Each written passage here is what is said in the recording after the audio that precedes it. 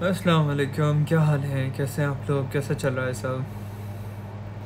یار آج کا ٹاپک جو ہے نا بیسکلی وہ ہماری زندگی کے ٹیسٹ کے اوپر ہے، جو اللہ تعالیٰ ہمیں زندگی میں امتحان دیتا ہے اس کے اوپر ہے۔ اصل بات یہ ہے کہ اللہ تعالیٰ جو ہمیں ٹیسٹ دیتا ہے، کیا ہم اس پہ پورے اترتے کی کوشش کرتے ہیں؟ کیا ہم اسے سمجھنے کی کوشش کرتے ہیں کہ وہ ہمیں کیوں بھیجا گیا ہے؟ وجہ کیا ہے آخر اس کے بھیجنے کی؟ کیا وہ مطلب بے شک اللہ تعالیٰ ہم سے بے حد محبت کرتا ہے، کیا وہ ٹیسٹ ہمارے لیے کس طرح سے فائدہ مند ہوگا زندگی میں؟ تو اس بات کو سمجھنے کے لیے ہمیں پہلے یہ سمجھنا پڑے گا کہ امتحانات ہوتے کس کس طرح کے ہیں۔ اللہ تعالیٰ الگ الگ طریقے کے امتحانات انسان سے لیتا ہے۔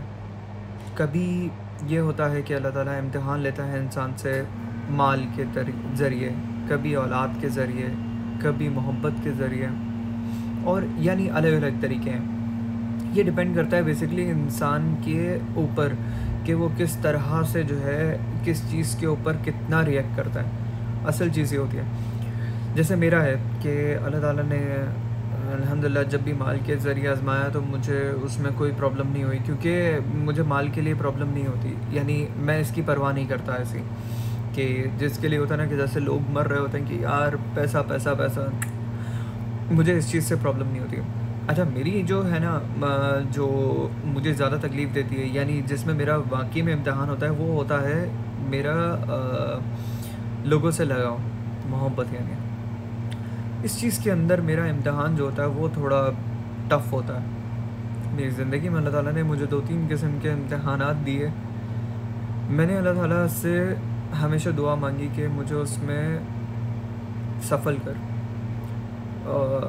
کیونکہ ہم کوئی انسان فرشتہ نہیں ہے، تو کم از کم ہم کوشش کر سکتے ہیں کہ اس امتحان میں پورا اتریں، کیونکہ عموماً یہ ہوتا ہے کہ جب یا دیکھو جب انسان کے جسم پہ تکلیف لگتی ہے نا تو وہ بھول جاتا ہے، جو دل میں اتر کے لگتی ہے نا تکلیف وہ زیادہ دیر تک یاد رہتی ہے اور زیادہ تک نقصان پہنچاتی ہے آپ کو اندر ہی اندر سے، آپ کی روح تک پہنچ جاتی ہے وہ۔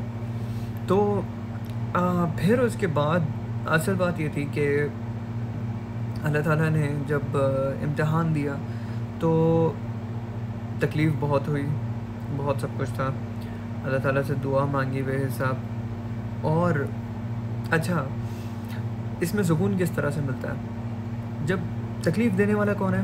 اللہ۔ سکون دینے والا کون ہے؟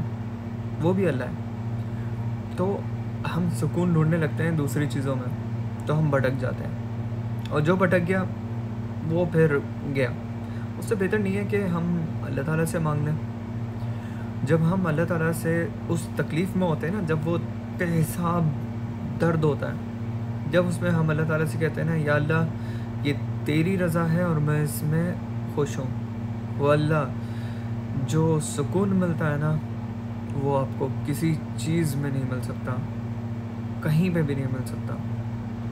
کیونکہ دیکھو یار اللہ تعالیٰ جو ہے نا وہ ہم لوگ کو سمجھتا ہے کہ ہمیں کتنا آزمایا جا سکتا ہے، کتنا آپ کو کس طریقے سے جو ہے نا آزمایا جا سکتا ہے، کس حد تک آپ جو ہے اس چیز کو برداشت کر پاؤ گے۔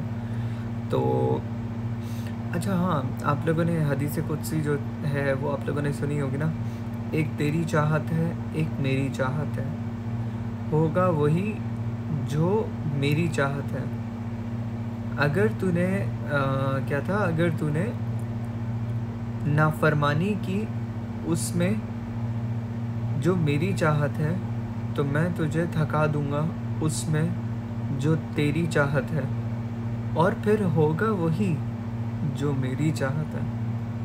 تو جان میرے آپ لوگ کو یہ سمجھنا چاہیے نا کہ جو اللہ تعالیٰ ہمیں سمجھانے کی کوشش کر رہا ہے کہ ہونا وہی ہے ایٹ لاسٹ جو میں چاہوں گا، تو اس میں راضی کیوں نہیں ہو جاتے یار؟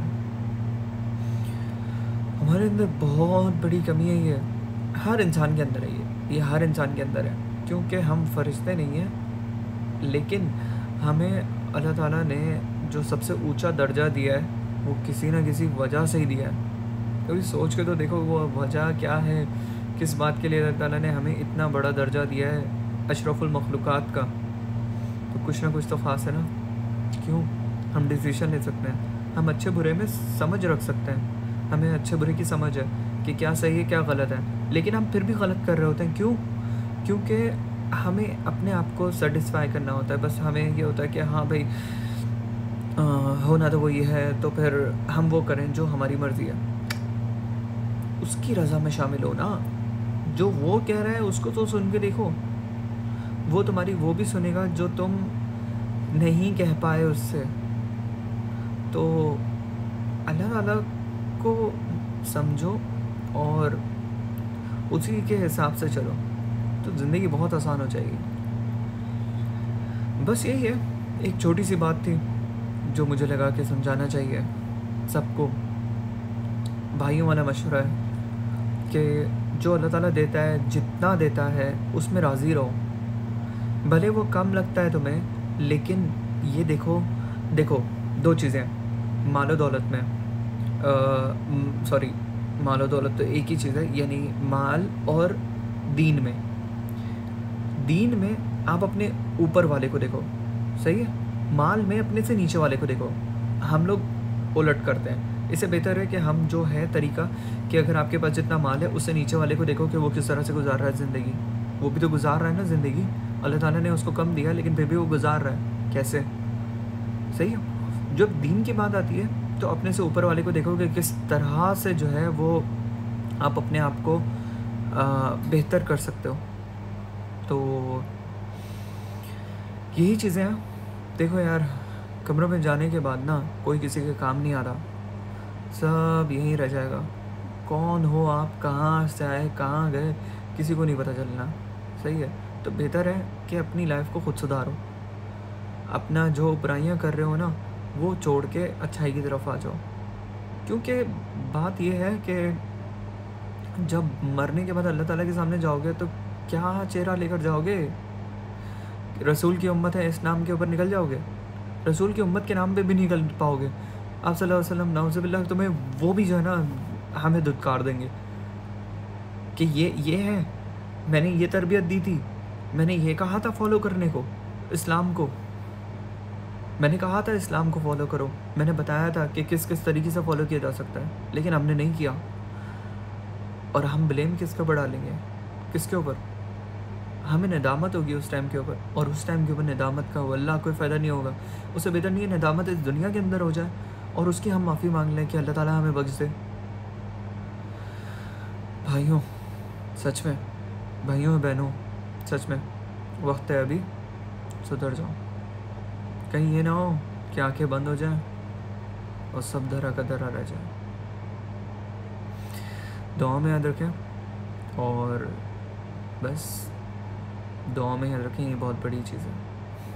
بہت بہت شکریہ. السلام علیکم.